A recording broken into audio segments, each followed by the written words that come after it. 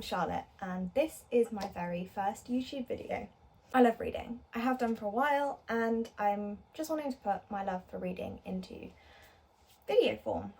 So I'm going to link my book Instagram and TikTok so you can see kind of the other things that I'm up to. But yeah, bear with me as I kind of get used to this. I don't really have a professional setup, just kind of me, my phone, and seeing how this goes. I'm going to link some of like my favourite booktubers that kind of inspire me, namely Rachel Catherine and Steph Ball. They're probably like my two favourites, but I've got a few others that I love dipping into, and I'm going to leave them linked below. I'm sure you've already heard of them, but just so you can see where I kind of get my inspiration from. I was umming and ahhing for ages what I wanted my first video to be, kind of to get myself into it. And what I thought I would do is talk to you about my 5-star reads.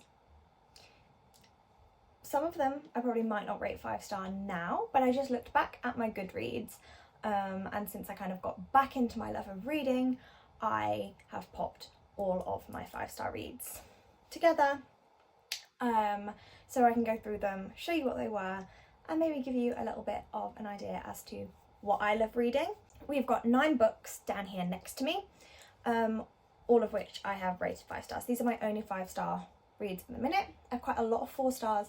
Let me talk you through what my rating for books is. So a 1-star book for me would be I didn't finish it kind of book, like I didn't even get to the end, very much not my kind of vibe. A 2-star book for me, I probably finished it, but I didn't really enjoy it. It was kind of just there, I read it, it's fine. A 3-star book for me, I know some people say 3 stars are bad books. 3-star books to me are books I read, I enjoyed them, and yeah, I guess they were good books. They're not ones that I'm thinking about constantly, and they're not ones that I'm highly like, oh my god, go and read them, but they were good books, I enjoyed them, I had a good time. A 4-star book to me is a really good book that I really loved. I would recommend it to anyone. I may pick it up again in the future, that kind of vibe. And a 5-star book is just those top tier books that gave me those feels and just kind of sit with me. I think about them regularly. They just consume me. So with that, I'm going to go through the books I've got, and I may tell you that some of them probably wouldn't be 5 stars now, and some that are still solid 5 stars. So I hope you enjoy. I know this was a really long intro, and I will work on getting them way less. But should you enjoy this content, should you kind of like what you're seeing and hearing, I would love you to subscribe. I hope you enjoy. The first 5-star read that I'm going to give you is Reminders of Him by Colleen Hoover. Now, I know her books and her can be a little bit controversial, but this is the book that got me back into reading. This is the one that I picked up randomly. I loved reading as a kid. I was an avid reader. And then I guess school kind of drew it out of me. You weren't reading for enjoyment, you were just reading because you had to. I picked this book up, I can't even remember when, but I think it was around the start of the COVID lockdown, just into that, when I was looking for new hobbies to get me through lockdown. So, Reminders of Him. This is still a 5-star read. Maybe I don't love her books as much anymore as I did when I first went into reading, but I think solidly because this is the book that sparked my love for reading again. It will forever hold a really big place in my heart. It is, it's a romance, as a lot of her books are. You've got Kenna and Ledger. Kenna is just getting out of prison and trying to go back to her life. She made a horrific mistake, and you're kind of seeing her life as she gets out of prison and how she deals with all of that. The literal top title is A Young Mother Fights to Earn a Place in Her Child's Life, but Is There Room for Her? So that kind of gives you a little bit of a vibe of this book. So yeah, this one still stays a strong 5-star, and it was my first 5-star read really getting back into reading, so I do still love it. So the next book I gave a 5-star rating to was Out of Love by Hazel Hayes, and this is a romance story written in reverse. So you start the book with the ending and then you finish the book right back at the beginning, and I just think it was such a unique concept of book. I gave it 5 stars when I first read it because of the unique concept, but if I'm being honest, I've not thought about this book since reading it. I still think it's exceptionally good, and I would recommend anyone to read it. So like for me now, it would probably be a 4-star book, just because I haven't thought about it. It hasn't really come into my brain since the beginning, and to me that isn't a 5-star book, but it is still fantastic and I still think you should really read it. Just probably isn't a 5-star for me anymore. And then I believe my next 5-star read was Final Offer by Lauren Asher. I love this entire series. This is the third book in the Dreamland Billionaire series, which follows 3 brothers, Rowan, Declan and Cal, as they work on different projects, different tasks to gain their inheritance. It's all based around Dreamland, which is a fictional version of Disneyland almost. It gives that kind of vibe. So this is the final book in the series, and I was anticipating this the whole way through. Cal has featured in all the other 2 books, which I have read and I loved, and they were both 4 stars, but this one just hit different to me. This was, I think, the build-up, because you've watched Cal and you've watched his personality, and then you finally get his book. I loved. He was my favourite brother, and his book didn't disappoint me. It's a second chance romance, childhood friends to lovers, strangers, lovers again, kind of vibe. And yeah, you've got Callahan and Alana in this book. Basically, Cal has to sell his family lodge that's down by a lake. He turns up, his ex-girlfriend is living there. That's about all I can say without giving anything away, but this is still a solid 5-star. I think about this quite regularly, and it's kind of on a bit of a reread. I think soon I'm going to want to pick it up and just fall back in love with Callahan Kane. We have then got Icebreaker by Hannah Grace. I just have to take a minute for Nate Hawkins. This man is fantastic. It is a sports romance. You've got a hockey player and an ice skater, college romance while they're sort of studying, and it's a bit of a reverse Grumpy Sunshine, because he is literally sunshine energy. He can't give more sunshine than he currently gives, and she's definitely a little bit more on edge, a little bit more grumpy, takes a little while to warm up. They are forced to share an ice rink after the hockey player's ice rink gets vandalised. So you have got a bit of forced proximity because they kind of have to share things. There's a decent amount of spice in this book, but he's also just beautiful. He's just, I think it's one of the best relationships portrayed in a book. They communicate so fantastically. So if you hate that like miscommunication trope, this book will be 100% for you, because they just don't do that. They talk about their feelings, they talk about what's wrong. There's some fantastic representation of therapy and how talking about your feelings can really help. Still a solid 5-star for me. Love it. We then have Addicted to You by Krista and Becca Ritchie.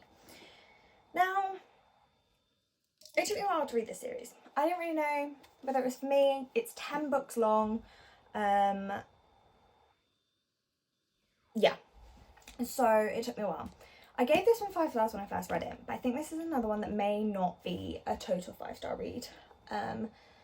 Mainly because I've got the second book on my shelf, and I haven't picked it up yet. I read this when I was on holiday. I've literally got through it so fast, and I did love it. I did love the characters. It's probably like a 4.5. I just don't think it gave me quite that 5-star feeling. because to me, if I'd had it, I'd have rushed to pick up the other book straight away, and I haven't. But this is about Lily and Lo, and it's part of the Addicted Calloway Sister series universe. I'm sure you've heard of it. And yeah, so I think it was great, and the romance is cute, and I definitely do want to get further into the series. I've got the second book on my shelf, and I'm sure I'm going to get to it. I just haven't yet, and that's why I'm hesitant to still say it would be a 5-star, but I did give it 5 stars when I first read it, so I definitely loved it, and I will get to the rest eventually. We then have Before We Were Strangers by Renee Carlino. This, I cannot describe how amazing this book was. I think I finished it in 48 hours. It's not particularly long, but I did just devour this book, and the fact that actually it's a standalone, there isn't any more to come, I was gutted. It literally like opens as they like spot each other on a train, and it's kind of like a missed connection, a second chance romance. That is like the lines at the top of the back cover. I just think the way that this shows how complicated love can be when you're still trying to figure out your own life and trying to work around being you while also being in love with someone that wants different things to you, and how that works and how you get past these things. And you've got the innocence of falling in love in college and then kind of progressing through life, and how does that change and where do you go? I think about these characters regularly. I highly recommend, if you've not picked it up, pick it up. That's all I can say. I am then going to give you Collided by Lauren Asher. Again, another Lauren Asher book, but this is in the Dirty Air series, and this is book 2. I read Throttled a little while back. Enjoyed it, that was a 4-star read, but then picked this one up. Sophie and Liam are literally just beautiful. I think she's quite sassy, and she's quite like, she's just got a really good personality, and I think that really came through. And there was definitely like hints of spice, but I don't think this one is like in your face, and it's fantastic. This is all about F1 races. There are 4 books in the series so far, and I think that is the series finished. I have the other 2 currently on their way, and I'm very excited to get into them because of how much I loved this one. Super cute. You kind of got this like, we're not gonna fall, we're gonna fall, we're not gonna fall esque to it, and sometimes I don't like that. Sometimes that really annoys me, but I just think the way Lauren Asher managed to make you love these characters, she knew what she was doing. She knew what she was doing. So if you haven't picked up this series, highly recommend it. I do recommend reading the first one, because you get glimpses of the first couple in this book, and the first one was great. It just wasn't a 5-star, and this one just hit slightly different. So we will see how the second, the third and the fourth books vibe. Now, the next 2 books that I'm going to talk about are in my favourite series ever. Like, I think about this series day in, day out. These characters are in my dreams. I know what they look like to me. I'm planning a tattoo that involves this book series. I love them. It's a controversial one, but I love them. So, for my last 2 current 5-star reads, we have the first 2 books in the Magnolia Parks universe. So we have Magnolia Parks and we have Daisy Hates. So I'm just going to talk about them separately so that you get the vibes. So this one I had seen Rachel Catherine talking about so much, like so much. She loves them, and I often vibe with a lot of her book recommendations, and this was no different. this was no different. Okay, I loved it. The toxicity is next level. If you can't deal with like cheating tropes and things like that, this series is not for you. It's not. Pretend I'm not talking about this right now. But if that's not something that you're too worried about, the best way, Gossip Girl in London, but better. Like, oh, I cannot explain how much Magnolia and BJ mean to me. They are just delightful. And you can't help but love them, I don't think. Personally, I can't help but love them, even though I know they are morally flawed characters. It has my heart, and this cover has to be the prettiest thing on the face of the planet. I am currently reading the second, so Magnolia Park's The Long Way Home. So it's currently 4 books out, 2 Magnolias, 2 Daisies. So I'm reading Magnolia's second book at the moment, and it will also be a 5-star read. I just know that already. It's 100% a 5-star read. I don't think anything can happen in the last few pages that's going to change my mind on that, just because the characters in the world are my favourite. And then we have Daisy Hates. This follows Daisy and Christian, but you also get Daisy's brother Julian's point of view. So there are 3 point of views in this book, and in Magnolias you get Magnolia and BJ. So yeah, this is a 3 point of view book. And again, I love them. I love them. I think these two are slightly less morally grey, but it's still a controversial kind of book. The line at the back here is no guns at the table. So Daisy's brother Julian is definitely morally grey. But in terms of the romance in this book being Daisy and Christian, it's still toxic, but it's not quite as in the grey areas, shall we say. But I love it just the same.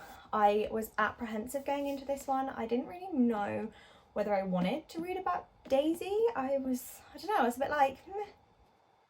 I love Magnolia. Boy, was I wrong. I was still consumed, and I still think about these characters every single day. I know what they look like. They're fantastic. And these covers, they're beautiful. I also have Daisy Hates the Great Undoing on my bookshelf, ready to read once I finished The Long Way Home. So yeah, those are my current 9 5-stars, with 2 of them I think I said, yeah, 2 of them that would probably bump themselves down now, just looking back at it.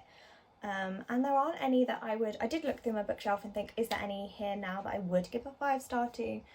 And there isn't. These are definitely my 5 stars. Until potentially I start reading some new ones, and then I could do another video where I go through any new 5 stars. But yes, that was it for my very first YouTube video. Thank you so much if you've watched all the way to the end and you just vibed with me through it. Thank you. I know that this may not be the most highly produced video, and I'm still trying to get to grips with everything, but I really enjoyed filming, and I'd love to know what you think. Drop me some comments. I'm all more than happy to have like constructive criticism and some tips and things that you think might help. Please be nice. I'm trying my best. But yeah, thank you so much for watching, and I will hopefully see you in my next one.